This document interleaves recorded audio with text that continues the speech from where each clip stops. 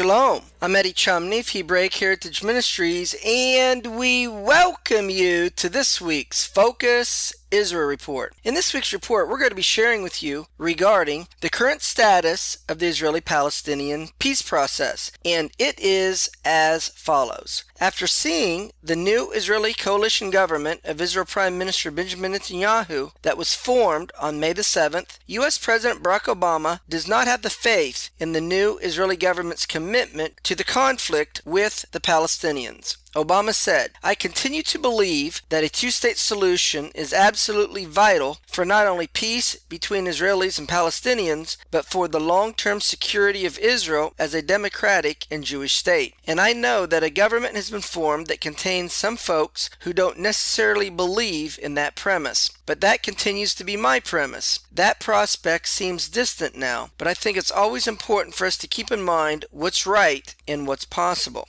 Obama called the Israeli-Palestinian conflict a very difficult challenge. Obama said his administration had worked very hard to achieve a peace deal, but the politics inside of Israel and the politics among the Palestinians as well made it very difficult for each side to trust each other enough to make that leap. And what I think at this point realistically we can do is to try to rebuild trust, not through a big overarching deal, which I don't think is probably possible in the next year given the makeup of the Netanyahu government and given the challenges I think that exist for Palestinian President Mahmoud Abbas. But if we can start building some trust around, for example, relieving the humanitarian suffering inside of Gaza and helping the ordinary people in Gaza to recover from the devastation that happened last year, if we can do more to create business opportunities and jobs inside the territories, if we can slowly rebuild that kind of trust, then I continue to believe that the logic of a two-state solution will reassert itself. Obama said, "And Israel has legitimate security concerns. There's no doubt about it. And what is also true is I'm deeply committed to a Palestinian state." Obama said he told the Israelis that you cannot remain a state that is both a democracy and Jewish if you continue to have this problem unresolved. And with respect to the Palestinians, I've said that you cannot expect to have a state of your own in the full dignity and respect that is inherent for all human beings if you also don't recognize Israel, because Israel is not going anywhere. I think that people of goodwill on both sides understand that. Unfortunately, the politics of fear have been stronger than the politics of hope over the recent years, partly because of the chaotic situation in the Middle East overall, and it's going to take some time to rebuild it. Meanwhile, U.S. National Security Advisor Susan Rice strongly reaffirmed the Obama administration's commitment to the two-state solution that leads to a sovereign Palestinian state. She said, "The United States remains firmly committed to an independent, viable, and contiguous Palestinian state, living alongside a democratic Jewish state of Israel in peace and security." Rice said while reassessing the U.S. approach to the Palestinian-Israeli conflict, President Obama made it clear that resolving the conflict is in the national security interest of the United States. The day before the most recent elections in March, Netanyahu said in an interview that the conditions in the Middle East were currently not right for a Palestinian state, and agreed with the assertion that one would not be established under his administration. The Obama administration jumped on those comments as a sign that Netanyahu was no longer committed to a two-state solution, and said that as a result, it would reassess its position regarding its Middle East diplomacy. This was interpreted by the Netanyahu government as a threat to withdraw diplomatic support for Israel at the United Nations Security Council. Regarding this issue, Netanyahu said, "Before the elections, I was asked in an interview about the possibility of a Palestinian state coming into being during my administration, and I replied that I don't estimate that it will happen, and I don't think it will happen," he said. "After the elections, they jumped on it, so I explained my position. At no time did I rescind my view in principle for the creation of a Palestinian state, as long as it was demilitarized and recognized Israel as the Jewish homeland," Netanyahu explained. "I did not renounce the idea of a two-state solution, but I explained what's the problem with it," he said. If the Palestinians change their positions, then this is a different situation. Rice said that she expects a commitment to the two-state solution from the new Israeli government and from the Palestinian Authority. We look to the next Israeli government and the Palestinian Authority to demonstrate, through policies and actions, a genuine commitment to a two-state solution, she said. She defined the requirements needed for the long-stalled peace deal. There must be robust provisions for Israel's security, the occupation must end, and the Palestinian people must have the right to govern themselves in their own sovereign state, she added. She said that the Obama administration opposes the Israeli settlement activities and efforts to change facts on the ground because it makes it harder to negotiate peace in good faith. Both Israel and an independent Palestinian state need secure and recognized borders based on the 1967 lines with mutually agreed land swaps, Rice said. She said the United States continues to believe that a comprehensive peace between Israel and the Palestinians is necessary, just, and possible. In addition, U.S. Undersecretary of State for Political Affairs Wendy Sherman called for Netanyahu's new government to support peace negotiations with the Palestinians. She said, if the new Israeli government is seen as stepping back from its commitment to a two-state solution, that makes our jobs in the international arena a lot tougher because of our ability to push back other efforts to internationalize the resolution of the conflict. Israeli-Palestinian issues has depended on our insistence that the best course in achieving a two-state solution is through direct negotiations between the two parties. U.S. Ambassador to Israel Dan Shapiro said that the United States is evaluating its position regarding whether it would support a UN Security Council resolution desired by France to spell out parameters of a two-state solution. Debka, an Israeli intelligence and news gathering website, reports that the Obama administration, behind the scenes, have given support for France to support a UN Security Council resolution proclaiming an independent Palestinian state. In order to show their sincerity for such a proposal, senior U.S. officials sat down with their French counterparts to agree on the general outline of this motion. They discussed the area of the Palestinian state, its borders, security arrangements between Israel and the Palestinians, and whether or not to set a hard and fast timeline for its implementation, or phase the resolution as a general declaration of intent. Incorporating a target date in the language would expose Israel to Security Council sanctions for non-compliance of the resolution. The French have said that they are moving forward on wording of the resolution that would present the parameters of a final deal and set a timeline for its negotiations. In these meetings, the United States told France that the Obama administration would prefer to give Netanyahu a lengthy, though predetermined timescale to define his new government's Palestinian policy. Recently, French Foreign Minister Laurent Fabius presented the Arab League with a detailed plan to renew peace talks with Israel and the Palestinians. The plan stipulates the formation of a Palestinian state on the 1967 borders, with mutually agreed land swaps similar in size while taking into account Israel's security needs. If a two-state solution is not reached by the end of the 18 months of talks, France will announce that it will officially recognize the state of Palestine. The French plan calls for the two-state for two-people solution, but includes the demands for the Palestinians to recognize the Jewish nature of Israel. Fabius said that he would travel to Israel and the Palestinian territories in June with the goal of getting an international consensus for a UN Security Council resolution that would set parameters for the peace talks. We are for a two-state solution. We need to ensure Israel's security. That's obvious. In addition, there is no peace and security without justice for the Palestinians. But let's be frank, justice hasn't been given to the Palestinians, Fabius said. I will go to Egypt, the Palestinian territories, and Israel to speak to their leaders, Fabius said. We want the negotiations to restart between the two sides and that they are put within an international framework. French diplomatic sources said the planned resolution would not go beyond the already agreed upon negotiating points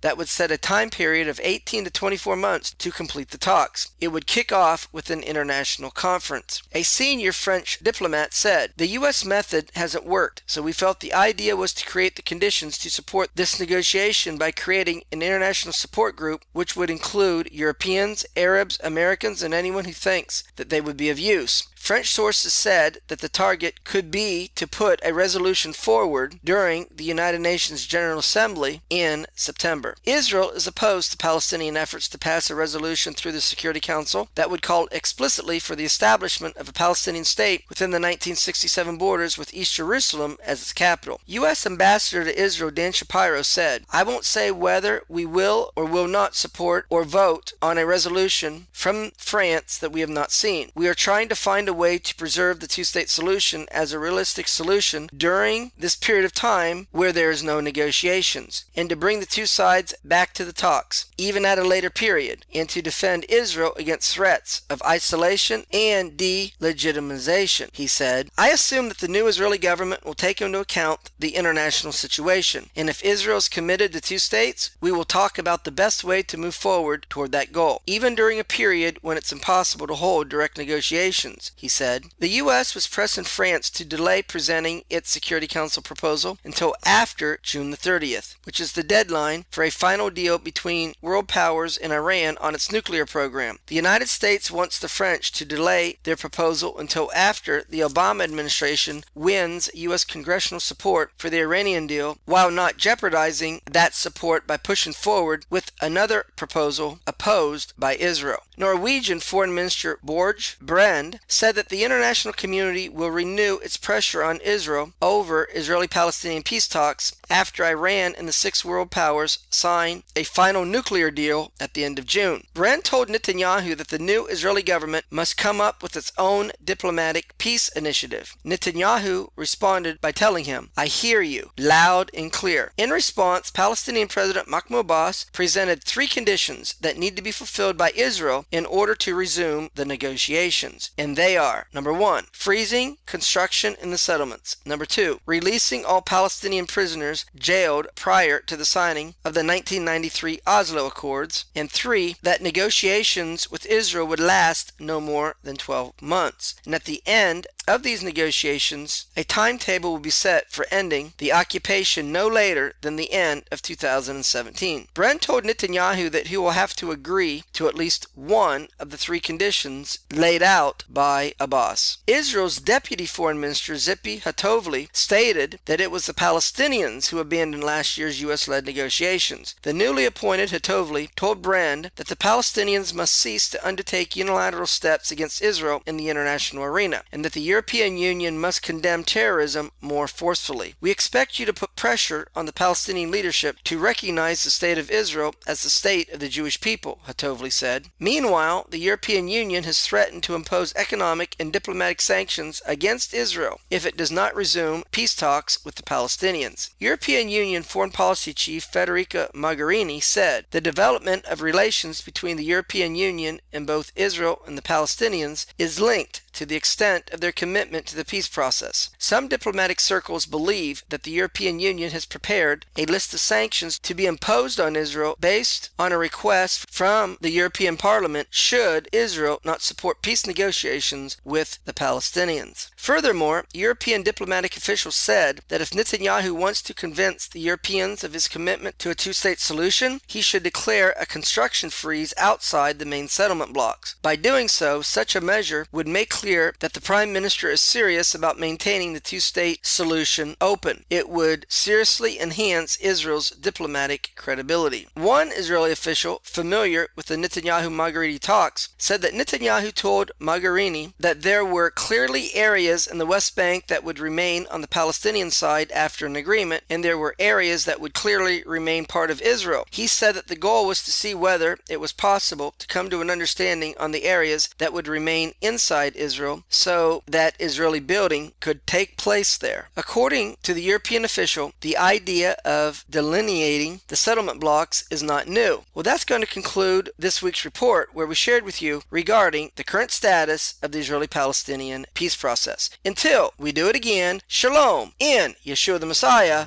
Amen.